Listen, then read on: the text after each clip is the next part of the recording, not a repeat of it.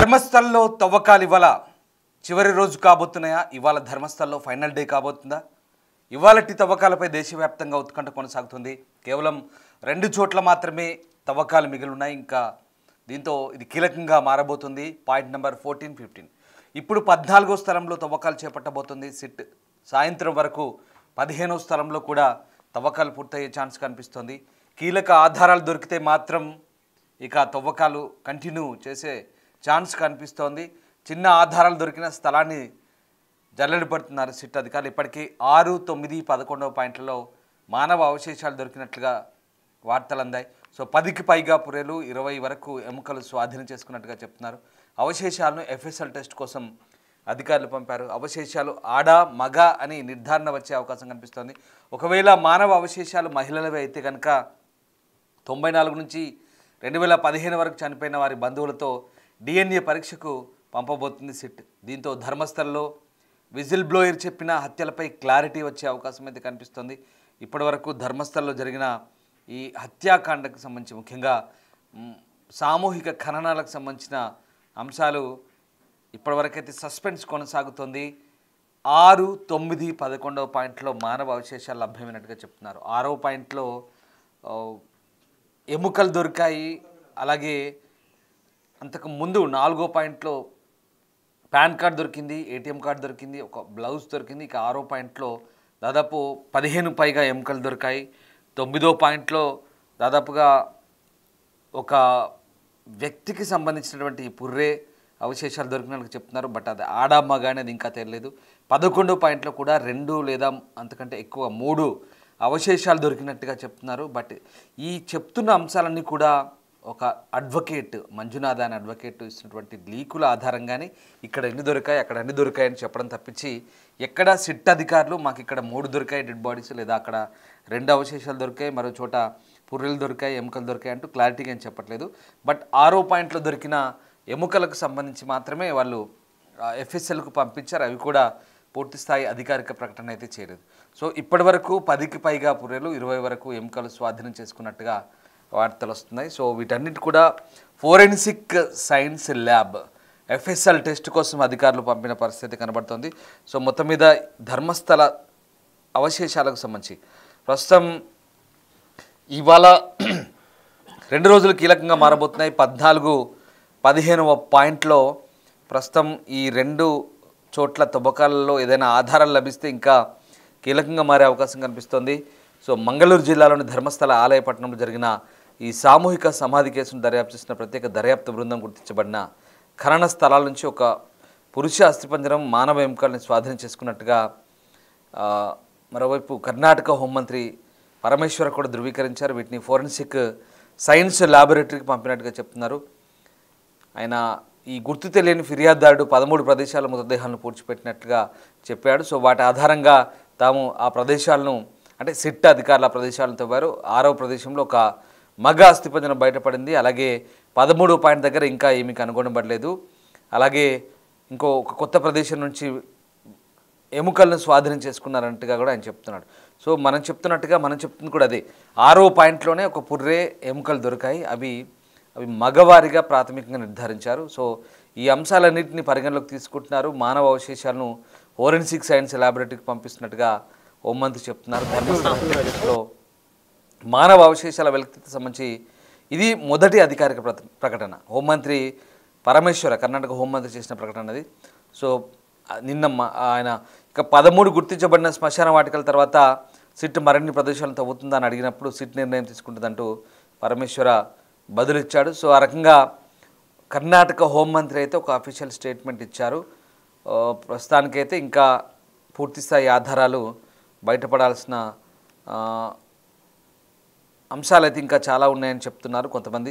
So ఏం జరగబోతుంది నిజంగా సిట్ దర్యాప్తులో ఈ ఆధారాలు కనుక దొరికితే ఎలా ఉండబోతుంది అని మాత్రం ఆసక్తికరంగా మారబోతుంది. సో మొత్తం మీద కర్ణాటక ధర్మస్థల వ్యవహారం అయితే ఇప్పుడు ఇంకా ఆసక్తి రేపుతుంది.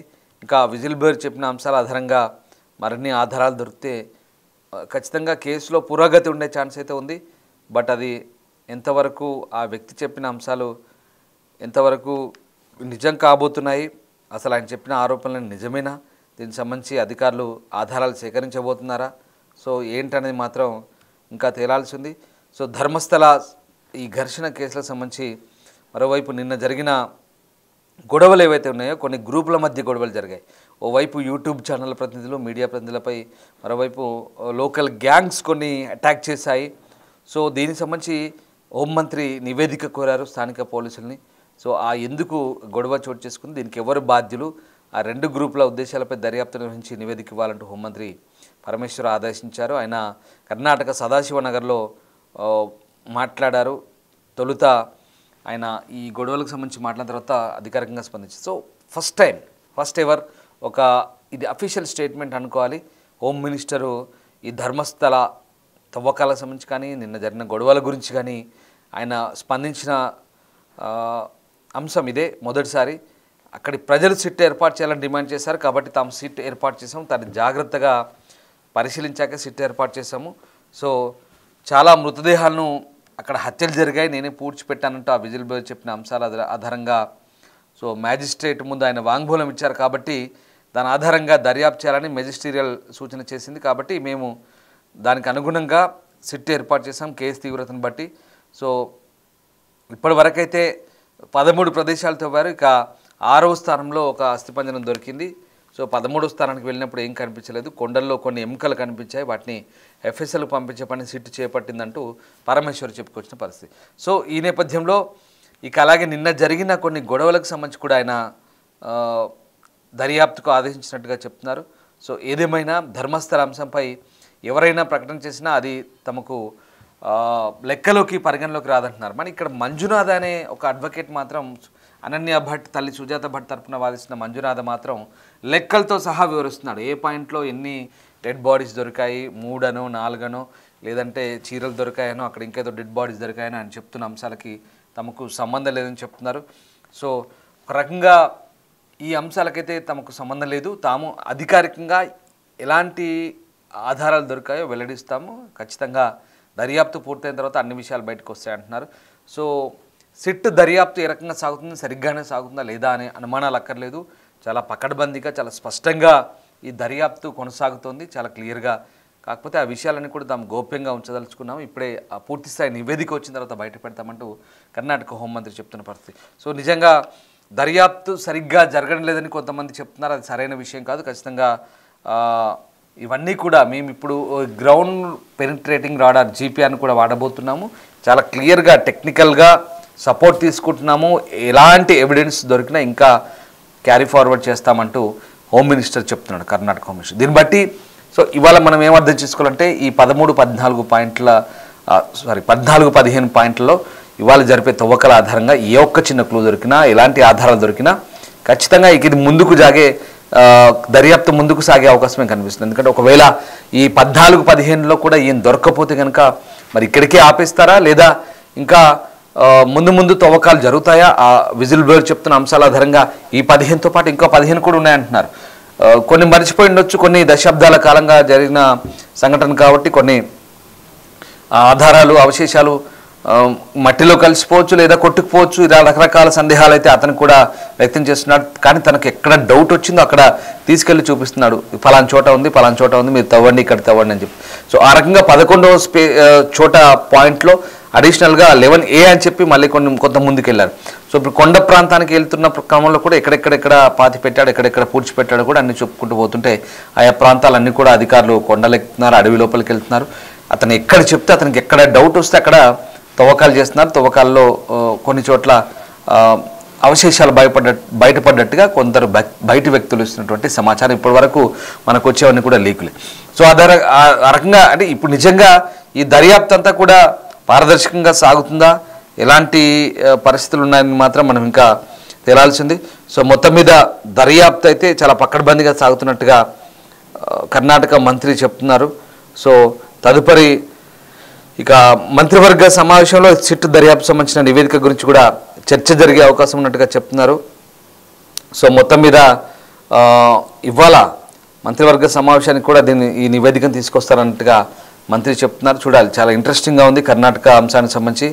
సో ఇవాళ ఏం చేయబోతున్నారు కర్ణాటకలో, మరి మంత్రి చెప్తున్నట్టుగా ఈ అంశానికి చాలా ప్రభుత్వం సీరియస్గా తీసుకుంటుందా, మంత్రివర్గ సమావేశంలో చీఫ్ సెక్రటరీ ఆదేశించాలని నివేదిక తెమ్మని నాగమోహన్ దాస్ ఒక నివేదిక ఇచ్చారు. సో దాన్ని మంత్రివర్గ సమావేశం తీసుకురావాలని ఆదేశించినట్టుగా కర్ణాటక హోంమంత్రి చెప్తున్నారు.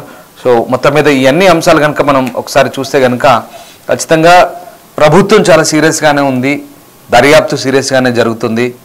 దొరుకుతున్న ఆధారాలు ఏంటి, ఇప్పటివరకు దొరికిన అవశేషాలు ఏంటి, వాటిని ఫోరెన్సిక్ ఎంత మేరకు నిర్ధారించింది, ఈ అంశాలన్నీ కూడా తేలే ఛాన్స్ కనిపిస్తోంది. ప్రభుత్వమే స్వయంగా సిట్ ఏర్పాటు చేసిన విషయంలో ఖచ్చితంగా దర్యాప్తు విషయంలో ఎక్కడ కాంప్రమైజ్ అయ్యే ఛాన్స్ లేదని ప్రభుత్వం అధికారికంగా ఇప్పుడు ప్రకటించినట్లయింది హోమ్ మినిస్టర్ స్టేట్మెంట్ ద్వారా. సో అంటే ఆ అనుమానాలు బలపడాలంటే ఆధారాలు దొరకాలి, ఆధారాలు దొరికితే పురోగతి ఉంటుంది, కేసు దర్యాప్తు ముందుకు సాగుతుంది. ఇది చాలా క్లియర్. సో ఇప్పుడు చూడాలి ఇవాళ జరిగే 14-15 పాయింట్లో ఏవైనా అస్థిపంజరాలు కానీ అవశేషాలు కానీ దొరికితే ఇంకా ఖచ్చితంగా ఇన్వెస్టిగేషన్ ఫర్దర్ ముందుకు వెళ్తుంది, ఖచ్చితంగా క్యారీ ఫార్వర్డ్ అవుతుంది. కాబట్టి మరి ఏం జరగబోతుంది, ఇవాళ లాస్ట్ డే కాబోతుందా ధర్మస్థల్లో ఈ తవ్వకాలకు సంబంధించి ఇన్వెస్టిగేషన్ సంబంధించి, ఇంకా ముందు కొనసాగుతుందా, ఇవాళతో ముగియబోతుందా? ఎందుకంటే దేశవ్యాప్తంగా సంచలనం రేపిన ఈ అంశం సామూహిక ఖననాల అంశం, ఒకటి కాదు రెండు కాదు, 95 నుంచి 2014 వరకు మరి ఆ సంవత్సరాల కాలంలో మధ్యలో ఈ 10 సంవత్సరాల పాటు తాను అనేక వందల శవాలను పూడ్చిపెట్టానన్నాడు. అవి కూడా లైంగిక ఆరోపణలు, లైంగిక హత్యలు, అత్యాచారాలు, ఈ దాడులు, ఇవన్నీ మామూలు ఆరోపణలు కాదు. సో కాబట్టి దీని గురించి ప్రభుత్వం చాలా సీరియస్గానే ఉన్నట్టుగా అర్థమవుతుంది. అట్ ద సేమ్ టైం ఈ అంశాలన్నీ కూడా బహిర్గతం చేసింది అక్కడ మీడియా కూడా చాలా ఇంట్రెస్టింగ్గా, లోకల్ మీడియా కానీ, కర్ణాటక సంబంధించిన మీడియా ప్రతినిధులు కానీ, యూట్యూబ్ ఛానల్ కానీ, డిజిటల్ మీడియా కానీ అవన్నీ కూడా ఎక్కడికక్కడ అప్డేటెడ్గా అవన్నీ వెలికి తీసే ప్రయత్నం చేస్తున్నాయి. మధ్యలో కొన్ని అభ్యంతరాలు గుడి యాజమాన్యం వ్యక్తం చేసినప్పుడు కొన్ని కోర్టు ఆపింది, తర్వాత మళ్ళీ ఆ గ్యాగ్ ఆర్డర్ తీశారు, తర్వాత యథావిధిగా జరుగుతుంది. బట్ నిన్న ఆ మీడియా ప్రతినిధులపై అటాక్ కూడా జరిగింది, లోకల్ గ్యాంగ్స్ కొన్ని అటాక్ చేశాయి. సో ఇదంతా కూడా ఇప్పుడు గవర్నమెంట్ నివేదిక కోరుతున్న ప్రభుత్వం దృష్టిలో ఉంది, ప్రజలంతా కూడా అన్ని గమనిస్తున్నారు. సో వాట్ ఈజ్ వాట్ అనేది అక్కడ అధికారులకు తెలుసు, ప్రజలకు తెలుసు, స్థానికులకు ఇస్తున్న సమాచారం మేరకే కొంతమంది చేసిన ఆరోపణల నేపథ్యంలో ఇవన్నీ కూడా ముందుకెళ్తుంది. ప్రస్తుతానికైతే ఈ దర్యాప్తులు ఎక్కడ ఎలాంటి ఆటంకాలు లేవు, వర్షాలు పడ్డా ప్రతికూల పరిస్థితులను తాము దర్యాప్తు చేస్తున్నామని సిట్ అధికారులు కూడా చెప్తున్నారు. ఎప్పటికప్పుడు ఒక సిట్ బెల్తంగడి పిఎస్లో ఉంది, సిట్ ఆఫీసు మంగళూరులో ఆఫీస్ ఏర్పాటు చేశారు, ఎవరు ఏ కంప్లైంట్ ఇచ్చినా తీసుకుంటున్నారు. సో చాలా ట్రాన్స్పరెంట్గా జరుగుతుందని చెప్తున్నారు. అంటే గతంలో వచ్చిన ఆరోపణలకు భిన్నంగా ఈసారి జరుగుతుందని చెప్తున్నారు. బట్ చూడాలి ఎంతవరకు ఈ కేసు పురోగతి సాధించబోతుంది. నిజంగా ఆ విజిల్ బ్లోయర్ చేసిన ఆరోపణలు చూపుతున్న సాక్ష్యాలకు అనుగుణంగానే అక్కడ తవ్వకాలు జరుగుతున్నాయా, లేదా ఇదంతా కూడా కొంత అటు ఇటు తారుమారైనా ఇంకా ఆయన చెప్పేదాన్ని కంటిన్యూ చేస్తారా, ఏం జరగబోతుంది అనేది వేచి చూడాల్సిందే.